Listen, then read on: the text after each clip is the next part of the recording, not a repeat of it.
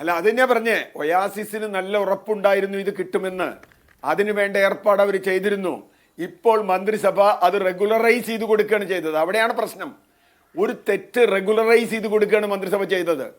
Oasis നേരത്തെ തീരുമാനിച്ചു, അത് കഴിഞ്ഞിട്ട് മന്ത്രിസഭ തീരുമാനിച്ചു, തത്വത്തിൽ അംഗീകാരം കൊടുത്തു. ഇപ്പൊ പ്രശ്നമുണ്ട്. എത്തനോൾ പ്ലാന്റിന് ഷോർട്ട് ലിസ്റ്റ് ചെയ്ത കമ്പനി ആണെങ്കിൽ ഇവർക്ക് എത്തനോൾ വേറെ എവിടെയെങ്കിലും ഉണ്ടാക്കിയ കൂടെ? എന്തിനാ എത്തനോൾ ഇവിടെ ഉണ്ടാക്കണേ? ഈ എലപ്പുള്ളി ഉണ്ടാക്കണ എത്തനോൾ മാത്രമേ പറ്റൂ, അതിന് മാത്രമേ പെർമിഷൻ കൊടുക്കൂ എന്ന് വന്നാൽ എത്തനോള് ഇവിടെ ഉണ്ടാക്കാൻ, എത്തനോൾ മാത്രമല്ല ബാക്കി സംഗതികളും ഇവിടെ ഉണ്ടാക്കാൻ വേണ്ട എല്ലാ പെർമിഷനും അണ്ടർഗ്രൗണ്ടായിട്ട് കിട്ടിയിട്ടുണ്ട്.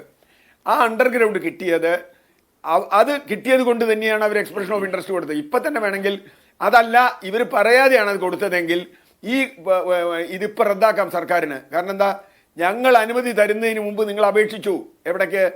കേന്ദ്ര സർക്കാരിലേക്ക്. നിങ്ങളിങ്ങനെ അത് രേഖാമൂലം തെളിവുള്ള കാര്യമാണ് എക്സ്പ്രഷൻ ഓഫ് ഇൻട്രസ്റ്റ് കൊടുത്തത്. ആ എക്സ്പ്രഷൻ ഓഫ് ഇൻട്രസ്റ്റിന് മറുപടി കൊടുത്തപ്പോൾ അതിൽ ഇവർ കൃത്യമായി പറയുന്നത് ഞങ്ങൾക്ക് എലപ്പുള്ളിയിൽ ലാൻഡ് ഉണ്ട്, ഞങ്ങൾ അവിടെ നടപ്പാക്കും എന്നാണ്.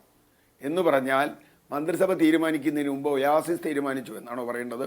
അതോ ഒയാസിസ് തീരുമാനിച്ചു, മന്ത്രിസഭ ഔദ്യോഗികമായി തീരുമാനിച്ചില്ല, അനൗദ്യോഗികമായി തീരുമാനിച്ചു, ഒരു ഘട്ടം വന്നപ്പോൾ മന്ത്രിസഭ തീരുമാനിച്ചു? ഇതിന് തന്നെയാണ് അണ്ടർ ഹാൻഡ് ഡീലിംഗ് എന്ന് പറയുന്നത്. എങ്ങനെയാണ് ഇപ്പം ശരിക്കും ഗവൺമെൻറ് ചെയ്യേണ്ടത്? എന്താ, ഈ ഡോക്യുമെൻ്റ് അവരിൽ കിട്ടിയാൽ, എക്സ്പ്രഷൻ ഓഫ് ഇൻട്രസ്റ്റ് കിട്ടിയാൽ, നിങ്ങൾ ഇങ്ങനെയാണല്ലേ, ഞങ്ങൾ മന്ത്രിസഭയിൽ ഒക്ടോബർ 15 തീരുമാനം പറയുന്നു, നിങ്ങൾ കഴിഞ്ഞ കൊല്ലം തന്നെ മുൻകൂറായിട്ട് നിങ്ങൾ എക്സ്പ്രഷൻ ഓഫ് ഇൻട്രസ്റ്റ് കൊടുക്കും, കഴിഞ്ഞ കൊല്ലവുമല്ല 23 പ്ലാന്റ് ഉണ്ടെന്ന്. അതെങ്ങനെയാ പറ്റുക? 23 അവിടെ അവരെ പറയുന്നു, 23-24 ഇതിനനുകൂലമായ മദ്യനയം വരുന്നു. ഇപ്പോ അവർക്ക് അതേ പ്ലാന്റിൽ അത് എല്ലാം പ്രവർത്തിപ്പിക്കാനുള്ള അനുമതിയും കൊടുക്കുന്നു. അങ്ങനെയാണല്ലോ അതിന്റെ നടപടിക്രമം നടപടിക്രമമല്ല, അതിന്റെ ക്രോണോളജി അങ്ങനെയല്ലേ ശ്രീ സി? അല്ല അല്ല, അതുകൊണ്ട് തന്നെയാ പറഞ്ഞേ. ഇതേ ചോദ്യം ഇവിടെ പലരും ചോദിച്ചല്ലോ മുമ്പ്.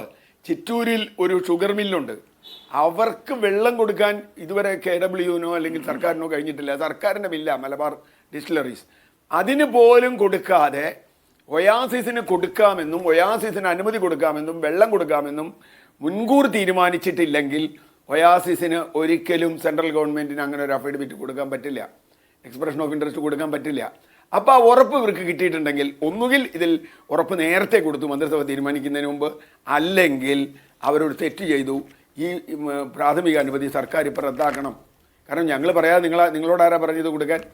ഞങ്ങൾ പറയുന്നതിന് മുമ്പ് നിങ്ങൾ അനുമതി മേടിച്ചാൽ അതിനർത്ഥം എന്താ? അവിടെയാണ് പ്രശ്നം. അങ്ങനെയുള്ളൊരു കമ്പനിയാണ് ഇത് എന്ന് കൃത്യമായി പറയുകയും ഇത് ഇവർക്കറിയാം ഇത് വിവാദമാവുന്നു. കാരണം വെള്ളത്തിൻ്റെ കാര്യത്തിൽ വിവാദമാവും, അനുമതിയുടെ കാര്യത്തിൽ വിവാദമാവും. അല്ലല്ല, നമ്മൾ ഈ കഴിഞ്ഞ ദിവസങ്ങളിലൊക്കെ പറഞ്ഞുകൊണ്ടിരിക്കുന്നതാണ് ശ്രീ സി ആർ പറഞ്ഞത്. ശരിയാണ് ശ്രീ സി ആർ പറഞ്ഞത്. ഈ പറയുന്ന മലബാർ ഡിസ്റ്റിലറീസിന്റെ കാര്യം അല്ലേ? അതായത് ഈ പറയുന്ന ഷുഗർ മില്ലുമായി ബന്ധപ്പെട്ടത് പുതിയ രൂപത്തിലുള്ള ഈ മലബാർ ഡിസ്റ്റിലറീസിന്റെ കാര്യമല്ലേ പറയുന്നത്? അതുകൂടാതെ മറ്റൊരെണ്ണവും കൂടെയുണ്ട്, ഈ പറയുന്ന കേരള ഡിസ്റ്റിലറീസ്. അവിടെയും ഈ പറയുന്ന അസംസ്കൃത വസ്തു ഈ വെള്ളമാണല്ലോ, അത് കിട്ടാത്തത് കൊണ്ട് അത് ലേ ഓഫിലേക്ക് പോയി.